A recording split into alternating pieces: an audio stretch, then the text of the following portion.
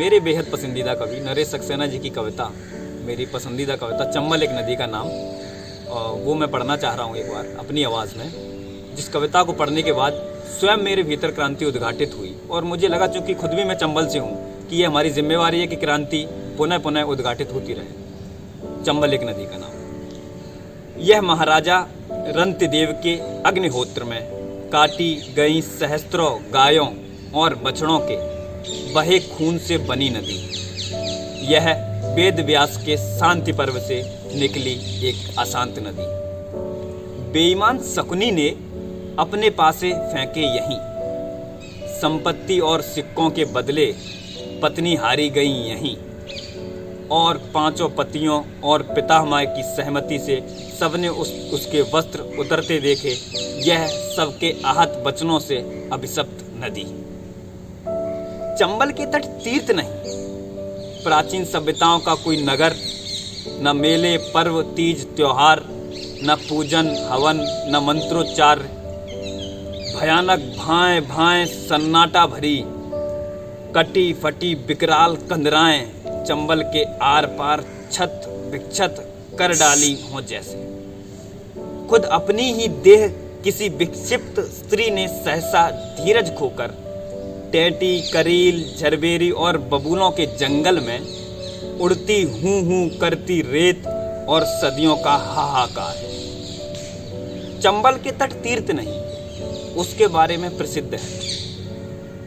उसके बारे में प्रसिद्ध है, दरस करे तो रागी होए, परस करे तो बागी होए, करे आचमन मूड सिराए, चंबल तो बड़भागी होए। यमुना गंगा कृष्ण कावेरी गोमती अलकनंदा, यह तो लड़कियों के नाम हैं। चंबल नहीं है किसी लड़की का नाम। चंबल नहीं है किसी लड़की का नाम, जबकि चंबल वह अकेली और अभागी नदी है जो पुराणों में वर्णित अपने स्वरूप को आज तक कर रही है सार्थक। चंबल में पानी नहीं, खून बहता है। चंबल में मछलियां नहीं, लाशें तैरती हैं। चंबल प्रतिशोध की नदी है। और वह कौन सी लड़की है जो प्रतिशोध और खून से भरी हुई है और जिसमें लाशें नहीं तैरती?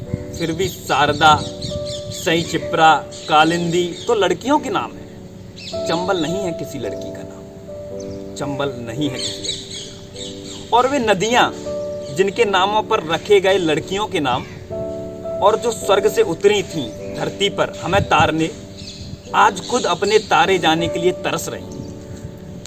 भक्तों के मलमूत्र से, वमन और विष्टा और बलगम से भरकर वे हो गई कुंभी पाक। लेकिन उसी मलमूत्र वमन और विष्टा से दिया जा रहा सूर्य को अर्घ। ओम भूर्भुवस्सुवः तत्सवितुर्वरेण्यम। चंबल पर कब्जे के लिए हुए देवों और दानवों में युद्ध इस कदर कि रक्त और चर्म से भरकर वह कहलाई चर्मवती यानी चाम वाली चंबल। आज जबकि बाजार आमदा है हर माता को चर्मवती बना देने के लिए, और कुछ अभागिनों को तो बना ही दिया जाता है चर्मवती, फिर भी कल्याणी, सिंधु और जाह्नवी, भागीरथी, सोनरेखा, नर्मदा, सरयू, मंदाकिनी तो लड़कियों के नाम है। चंबल नहीं है किसी लड़की का नाम। देखो कितनी सारी नदियों के तो नाम ही नहीं आए, उन करोड़ों करोड़ नदियों के नाम जो सुखा दी गई स्रोत पर ही रह गई अनाम। याद करो वो नदी जो इतिहासों में तो है, भूगोल में नहीं। वह विद्या और बुद्धि की नदी सरस्वती तो शायद शर्म से ही धरती में समा। वह गोया अब अपनी कब्र में ही बहती है। चंबल की बेटियों के नाम हुए फूलन देवी, कुसुमा नायन, गुल्लो बेड़िन। फूल कुसुम और गुल, फूल कुसुम और गुल, लेकिन फूलों के नाम वाली ये बेटियां फूल नहीं थी।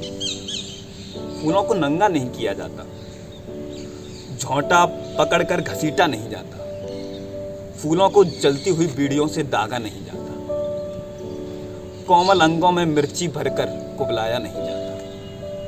वे डायने हैं, शिशुओं के नर्म कलेजे चाट चाट कर खाती हैं। वे ही लाती हैं बाढ़, महामारी, अकाल, दुर्भाग्य, मुकदमे वे ही हरवाती हैं। हाथ डुबोए गए खौलते तेल में और फफोले पड़ते ही अपराध सिद्ध हो गए। गिद्ध हो गए पंच परमेश्वर और सभी जन कांकर, पाथर, चिरई, कूकर, भेड़ हो गए। घास हो गए, पेड़ हो गए।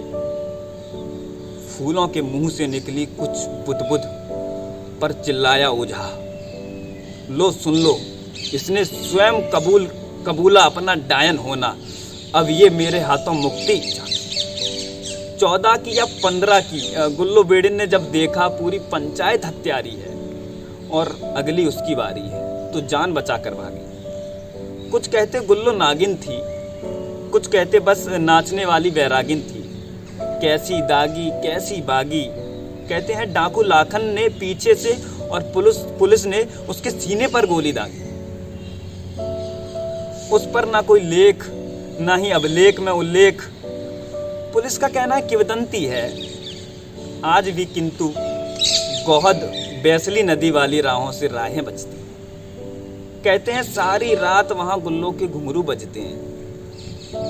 धूप में पजर कर जब फूलों के तलवे में पड़ गई विवाहियां, ओठों पर पपड़ियां, चेहरों पर झाइयां, बाल जटाजूट, सूजी हुई पलकें, सूजे हुए पांव, नींद से भरी आंखें लाल और झुलसी हुई खाल। इस तरह जब उनकी सारी कोमलता को कर दिया नष्ट और रूह को कुरूप, तब कहा ये हैं 10वीं सुंदरियां। तब कहा ये हैं 10वीं सुंदरियां। कुत्तों और सियारों के रोने की आवाजों में उनके रोने की आवाज, तेज आंधियों में चट्टानों से टकरा बहते पानी में होती उनके होने की आवाज। पछुआ चले तो पश्चिम से आती है उनके रोने की आवाज, और पूर्वा चले तो पूर्व से आती है उनके रोने की आवाज।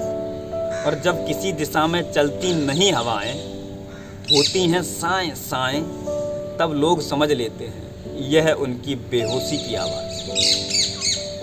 गर्दन तक चलती हुई छुरी की खिस खिस शामिल होती कीर्तन के ढोल धमाकों में।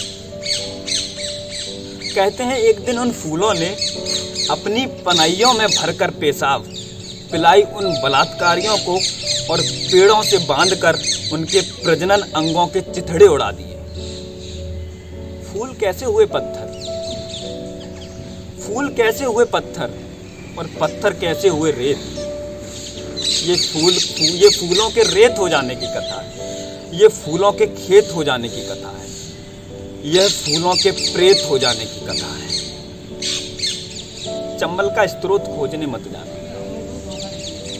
स्रोत खोजते हुए कहीं तुम अपने घर तक ही ना आ पहुंचो और देखो कि चंबल वहीं से निकल रही है, निकल चुकी है या बस निकलने वाली है।